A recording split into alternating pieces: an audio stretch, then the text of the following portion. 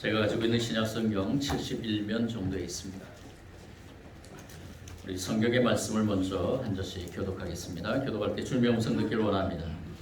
예수께서 길에 나가실새 한 사람이 달려와서 꿇어 앉아 묻자오되 선한 선생님이여 내가 무엇을 하여야 영생을 얻으리이까? 예수께서 이르시되 내가 어찌하여 나를 선하다고 부르느냐? 하나님 한 분 외에는 선한 이가 없느니라. 네가 계명을 안 하니 살인하지 말라, 간음하지 말라, 도둑질하지 말라, 거짓 증언하지 말라, 속여 빼앗지 말라, 내 부모를 공경하라 하였느니라. 그가 여자에게 선생님이여 그것은 내가 어려서부터 다 지켰나이다. 예수께서 그를 보시고 사랑하사 이르시되 내게 아직도 한 가지 부족한 것이 있으니 가서 내게 있는 것을 다 팔아 가난한 자들에게 주라. 그리하면 하늘에서 보화가 내게 있으리라. 그리고 와서 나를 따르라 하시니 그 사람은 재물이 많음으로 이 말씀으로 인하여 슬픈 기색을 띠고 근심하며 가니라. 아멘. 오늘 말씀에 등장하는 한 유대인을 오늘 말씀에 비추어서 또 이 말씀을 해석하는 주석가들과 또 연구하는 신학자들에 비추어서 조금 자세히 이 유대인을 소개하겠습니다. 이 유대인은 믿음이 돈독한 유대 가정에서 태어났을 것이다 라고 합니다. 어려서부터 이 유대인들이 행했듯이 자식들에 대한 교육, 율법과 또 여러 가지 그 율법에 기초한 그런 책들로 아마 이 유대인은 경건하게 그렇게 교육을 받으며 자라왔을 것이다 라는 겁니다. 그는 태어난 지 8일 만에 할례를 받았을 것이고요. 그리고 13살이 되었을 때 바 미츠바 예식을 받았을 것입니다. 즉 성인 의식이죠. 이 유대인들이 받는 13살 됐을 때 받는 이 바 미츠바는 바로 계약의 아들이 되는 것입니다. 즉 하나님의 아들이 되는 공식적인 우리가 세례를 받는 것과 같은 그러한 의미로 그러한 예식을 거쳐서 그는 많은 그러한 교육과 함께 또한 하나님의 아들이다라는 인칭을 받는 그러한 자녀로 이렇게 성장을 했습니다. 그리고 성전과 회당을 드나들면서 제사와 예배를 드렸고 그리고 율법을 암송하면서 공부했다라고 이렇게 합니다. 그리고 그는 율법의 아들로서 율법이 요구하는 율법을 외우는 것도 중요하지만은 유대인들이 이 율법을 철저하게 지키려고 그렇게 살아갑니다. 이 청년도 이 유대인도 마찬가지로 자라면서 이 율법을 외우면서 또 율법에 대한 것을 철저하게 지켜 나갔다라는 것이죠. 그러면서 이 유대인으로서의 그러한 지도자로 인정을 받게 됩니다. 오늘 말씀에 나오지 않지만 누가복음 18장 18절에 보면은 이 똑같은 이 상황을 누가는 어떻게 표현했냐면은 어떤 관리가 와서 물었다라고 이렇게 표현합니다. 이 관리라는 이 말은 바로 지도자라는 의미입니다. 그래서 한 지도자로서 그가 살던 동네의 회당장으로서 아마 그런 지도자의 사명을 감당했을 것이다라는 겁니다. 그리고 그에게는 또 한 가지 이 삶에서 아주 풍요로운 그러한 재물의 삶을 살고 있었다는 것입니다. 오늘 말씀에도 나오지만은 이 유대인은 자신의 그러한 재물 그리고 그 재물은 이 재산은 바로 자신이 선하게 행동하면서 쌓아온 그러한 재산이었다라는 것을 알게 됩니다. 즉 비리와 술수가 아니라 정직하게 신앙의 뿌리를 들면서 정직하게 그리고 성실하게 살아오면서 하나님이 주신 축복으로 부를 얻었다는 것이죠. 오늘 말씀에서 예수님께서 하신 이 유대인에게 하신 말씀을 보면은 이 유대인이 이 찾아온 유대인이 축적한 이 재산은 공정하고 정의로운 그러한 재산이었다라는 것을 알게 됩니다. 그런데 중요한 것은 이 유대인은 이러한 모든 축복을 받으면서 또한 어떻게 보면 유대인으로서 금수저의 그러한 환경에서 자라오면서 한 가지 이 유대인의 마음속에 좀 클클한 것이 있었다는 것입니다. 그것이 무엇이냐?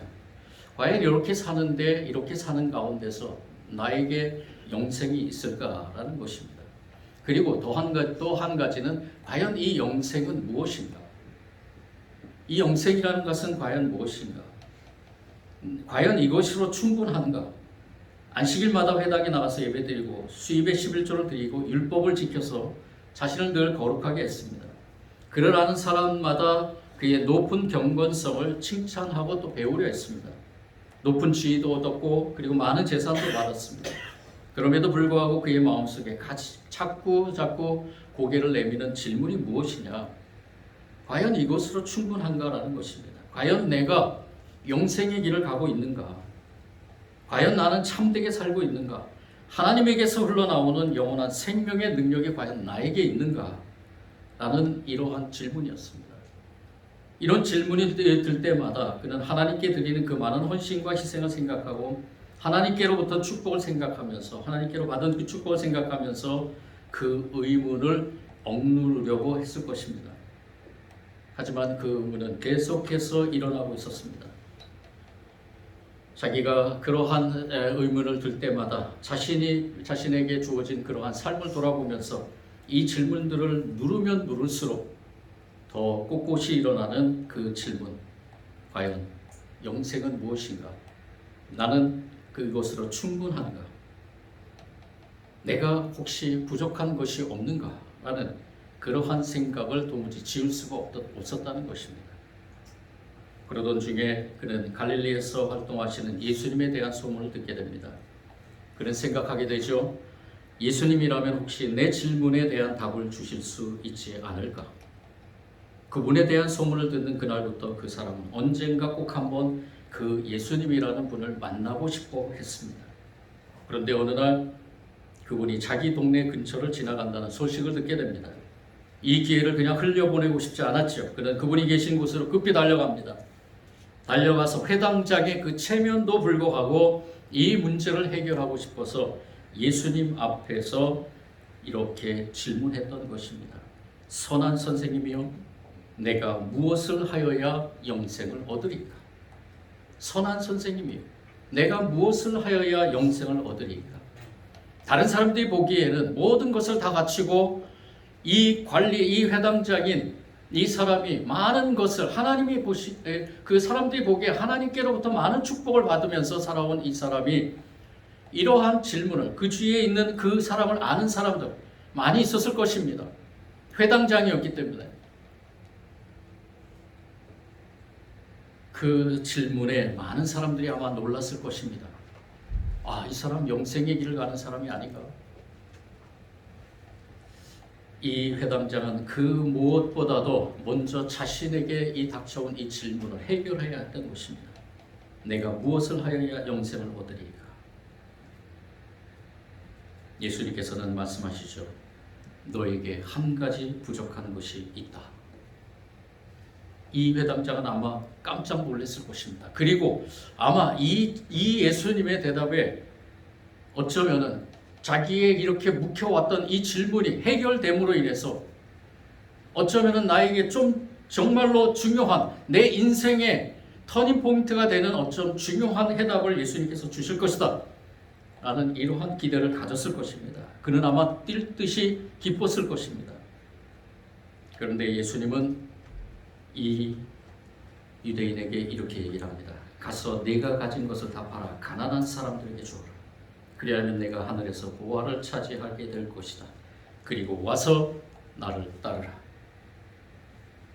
아마 이 유대인도 때때로 그런 생각을 했을 것입니다. 예수님이 말씀하신 것처럼 내가 이렇게 너무 많은 것을 가져도 되는가? 이 많은 것에 대해서 과연 하나님께서 어떻게 생각하실 것인가? 왠지 불안감이 있었을 것입니다. 이 모든 것은 축복이니까 내가 이 모든 것을 누릴 권리가 있을 것이다 라고 생각했겠죠. 그런데 한편에서는 하나님이 너 혼자 좋으라고 그 모든 축복을 맡기신 줄 아느냐? 너를 믿고 재산을 맡겼으면 그 재산으로 하나님이 원하시는 걸 해야 되지 않느냐? 라는 음성을 들었을 수도 있습니다. 하지만 그 유대인은 그 음성을 외면했습니다. 거기까지는 가지 않아도 된다고 믿었을 것입니다. 자신이 손에 쥐어진 것을 놓고 싶지 않았을 것입니다. 예수님은 그가 외면하고 싶었고 부정하고 싶었던 바로 그 문제를 직면하게 하십니다. 예수님은 냉정하십니다. 진리는 때로 이렇게 직설적이어야 됩니다. 그분의 말씀은 이런 뜻으로 풀이할 수 있습니다. 내가 지금 겪고 있는 공허함의 원인이 거기에 있다. 네가 영적으로 만족하지 못하는 이유가 거기에 있다. 하나님이 주신 축복이 내 안에서 썩고 있다. 그러니 그 축복을 풀어라. 너에게 주어진 축복을 하나님 나라를 위해 사용하라. 그리하면 내 영혼이 비로소 만족하게 될 것이다. 우리는 21절 말씀에 주목해야 됩니다. 21절 말씀에 예수님께서는 그 유대인을 사랑하셨다는 것입니다. 그 유대인을 사랑했습니다. 그 유대인을 미워한 게 아니고, 그 유대인을 비판적으로 바라본 것이 아니고, 그 유대인을 사랑했다는 것입니다. 예수님이 바라본 그 유대인을 사랑한 예수님의 마음은 어떤 마음이었을까? 그 회당장은 하나님이 주신 축복을 사유하려 했던 것입니다. 물질에 대한 욕심을 내려놓지 못하고 자신에게 맡겨진 축복이 다른 사람들에게 흘러가게 하지 못했습니다. 그 상태에서 안주하고 싶었습니다. 하지만 예수님은 그를 사랑하셨습니다. 영원한 생명을 추구하는 그 진지한 구도심 때문이었으며 신실한 신앙생활 때문이었습니다. 무엇보다도 그에게 영적 촉수가 살아있었다는 것입니다. 자꾸 그의 마음속에 이러한 질문이 든 것은 그가 영적으로 살아있다는 것입니다. 과연 내가 영생의 길을 가고 있는가? 영생은 무엇인가? 이 영생에 대한 자기 영혼이 그러한 영생에 대한 촉수가 살아있는 것을 예수님은 바라보셨던 것입니다. 그래서 사랑의 눈으로 이 유대인에게 이렇게 말씀하신 것입니다. 예수님은 그 유대인을 사랑하셨기 때문에 이 말씀을 하신 것입니다. 내가 아직도 한 가지 부족한 것이 있으니 가서 내게 있는 것들을 다 팔아 가난한 자들에게 주라. 그리하면 하늘에서 보화가 내게 있으리라. 그리고 와서 나를 따르라.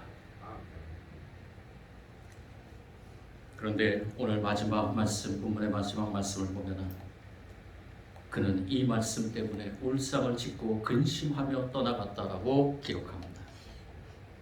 그에게 재산이 많았기 때문이었겠죠.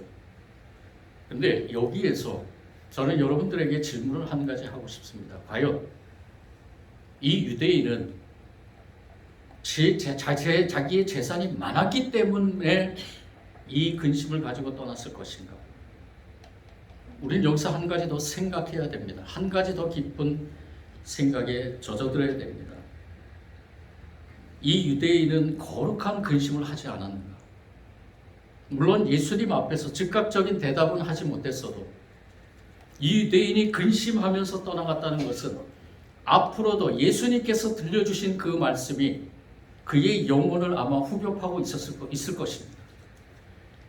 그 다음의 말씀들은 기록되지 않았지만 또 예수님께서 이 유대인을 비유해서 부자가 하나님 나라에 가기가 낙타가 그 바늘기 들어가는 것보다 어렵다고 말씀을 하신 그 말씀에 비추어 보면은 이 유대인 부자 청년은 그 물질로 인해서 예수님을 따르는, 즉 영생의 길을 가는 길에 대해서 어쩌면 이 물질이 방해가 되었다고 생각할 수 있겠죠.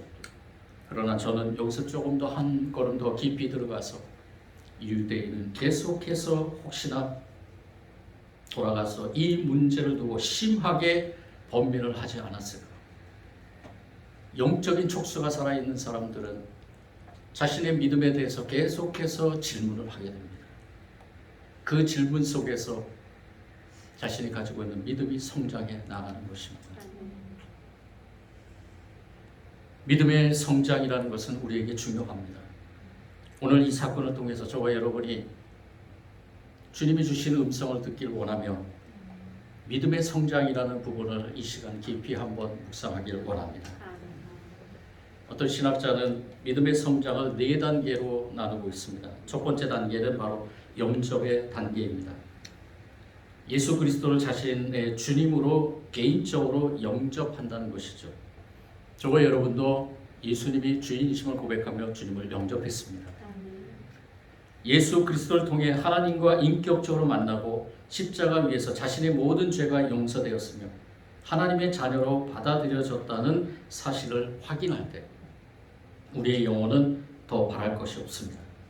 나의 죄가 모든 용서받았다는 것 하나만으로도 내가 하나님의 자녀로 받아들여졌으며 내가 아직 죄인임에도 불구하고 하나님은 나를 무조건적으로 사랑하신다는 사실을 아는 것 하나만으로도 온 세상을 얻은 것처럼 기쁘고 감사하죠. 주님을 영접한 순간 여러분들 상상해 보십시오. 온 세상이 기쁘고 감사함으로 넘쳤죠. 그렇죠. 저는 예수님을 나의 구주로 고백하고 인격적으로 주님을 만났을 때 온 세상이 다 하얘졌습니다. 모든 것들이 다 밝고 기쁘고 행복했습니다.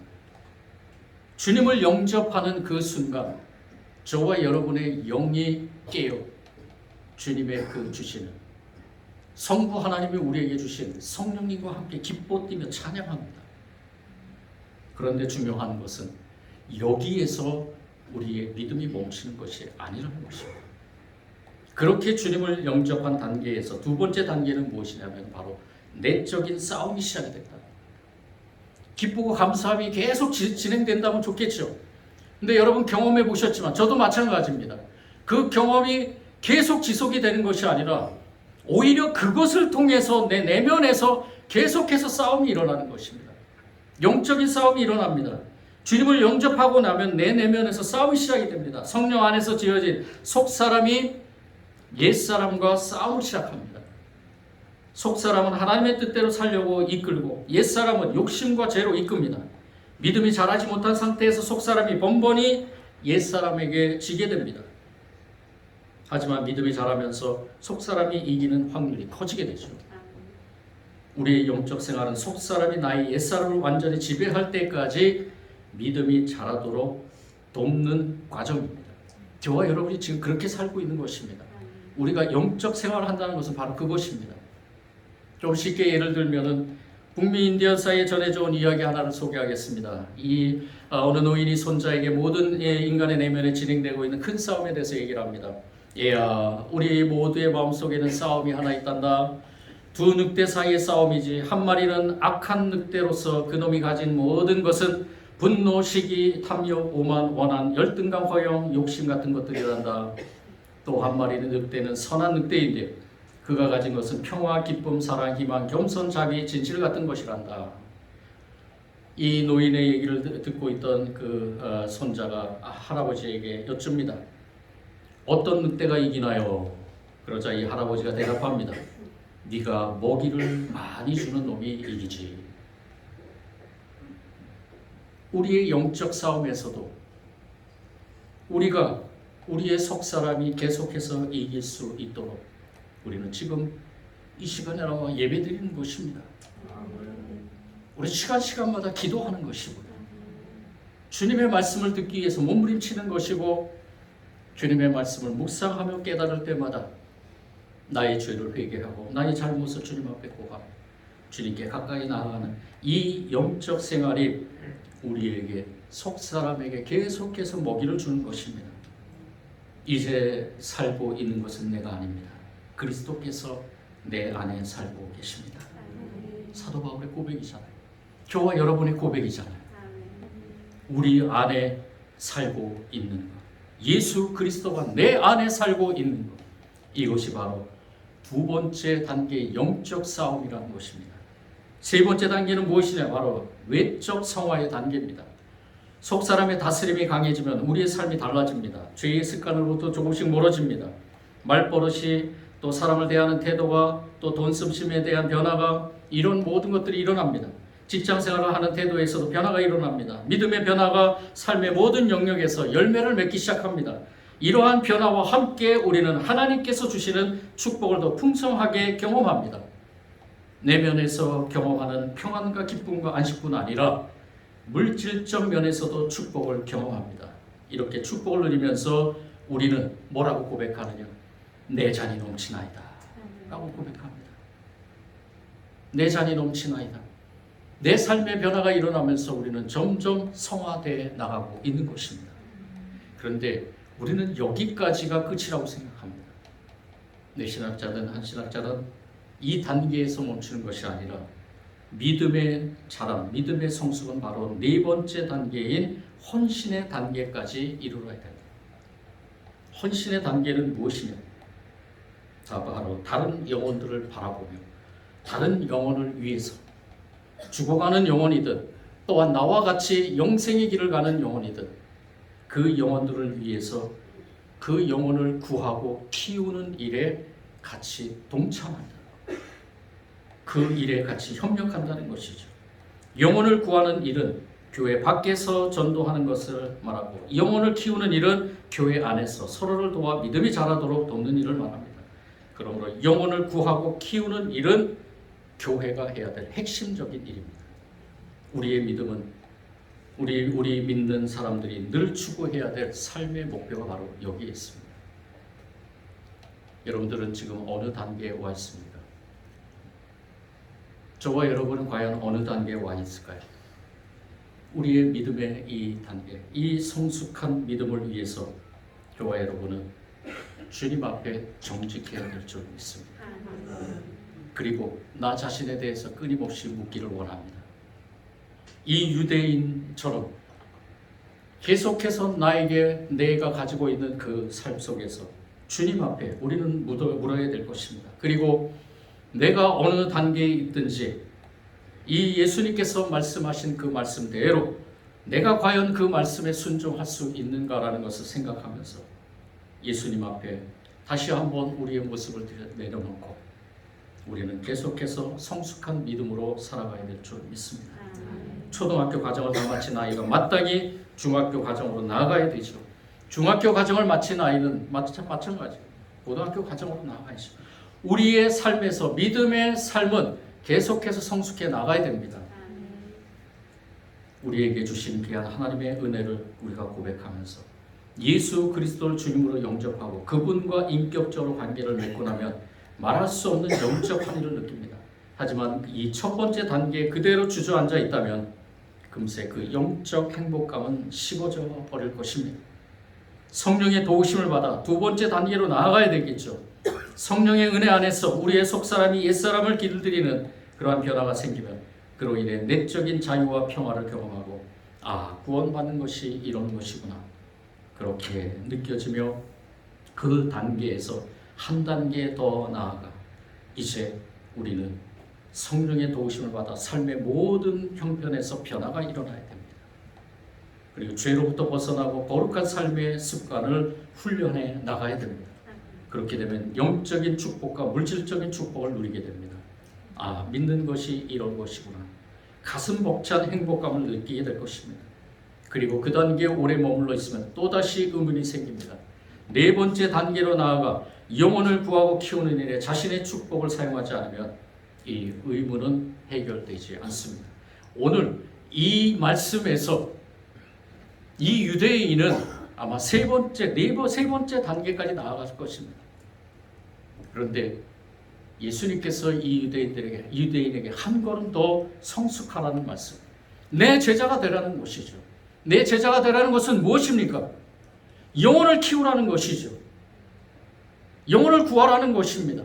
내가 가지고 있는 모든 것들을 하나님께서 주셨음에 감사하면서 그것을 나만을 위해 사용하는 것이 아니라 영혼을 키우는 일에 사용해야 된다는 것입니다.